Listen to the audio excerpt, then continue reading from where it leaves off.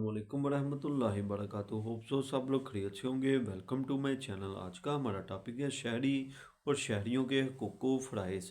शहरी वो शख्स है जो एक मुल्क में रहता है। शहरियों को वो तमाम तर हुकूक हासिल होते हैं जो हुकूमत देती है और इनके ऊपर कुछ ज़िम्मेदारियां भी होती हैं। हर हम लोग क्योंकि पाकिस्तान में पैदा हुए हैं और यहीं रहते हैं, इसलिए हम पाकिस्तान के शहरी हैं। शहरियों के तौर पर हमारे बहुत से हकूक़ हैं, जैसे तलीम का हक़, खेल का हक़ और जानो माल की हिफाजत का हक़। हमारी कुछ ज़िम्मेदारियां भी हैं, मसलन मेहनत से पढ़ना और स्कूल में अच्छी कारकर्दगी दिखाना। पार्क और खेल के मैदान जहां हम खेलते हैं उनको साफ़ रखना और सड़क पार करते वक्त ट्रैफिक के कवानीन का ख्याल रखना वगैरह।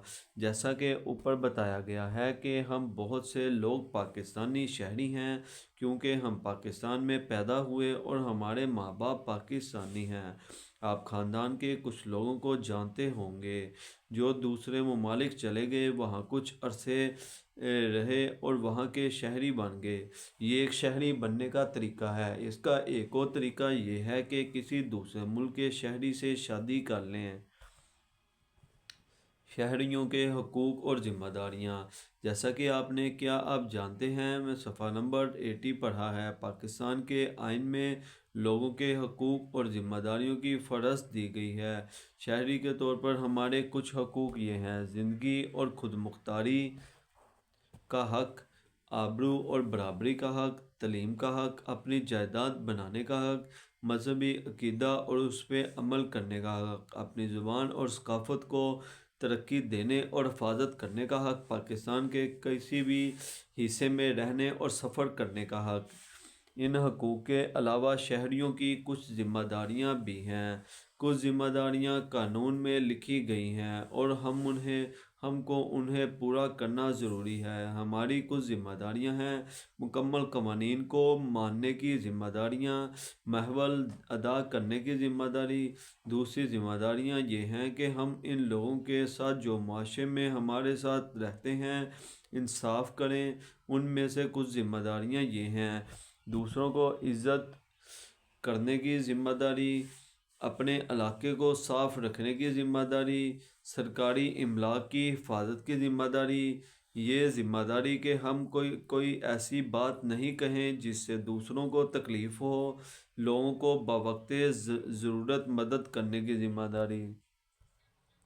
ये यकीनी बनाने के लिए शहरियों को इनके हकूक़ मिल रहे हैं। हुकूमत ने स्कूल, हस्पताल और पार्क और खेल के मैदान पूरे सूबे में कायम किए हैं, लेकिन हुकूमत ये आसानियाँ हर एक तक नहीं पहुँचा सकती। इसलिए कुछ मखीर हजरत और शहरियों ने फलाही अदारे भी कायम किए हैं ताकि कुछ हकूक़ लोगों को दे सकें। उनमें से कुछ अदारे जैसे सिटीज़न फाउंडेशन और सिंध ग्रेजुएट एशियन है जिन्होंने पूरे सिंध में गरीब बच्चों के लिए हुकूमत स्कूल खोले हैं। इस तरह एदी फाउंडेशन छुपा हुआ एक अमनो फाउंडेशन भी एम्बुलेंस सर्विस की सहूलियात फराहम कर रखी हैं ताकि किसी हादसाती या नाइतफाकी हालत में दुखी इंसानियत की मदद की जा सके। इस तरह यतीम और बिछड़े हुए बच्चों की देखभाल के लिए चिल्ड्रंस विलेज भी कायम किए गए हैं।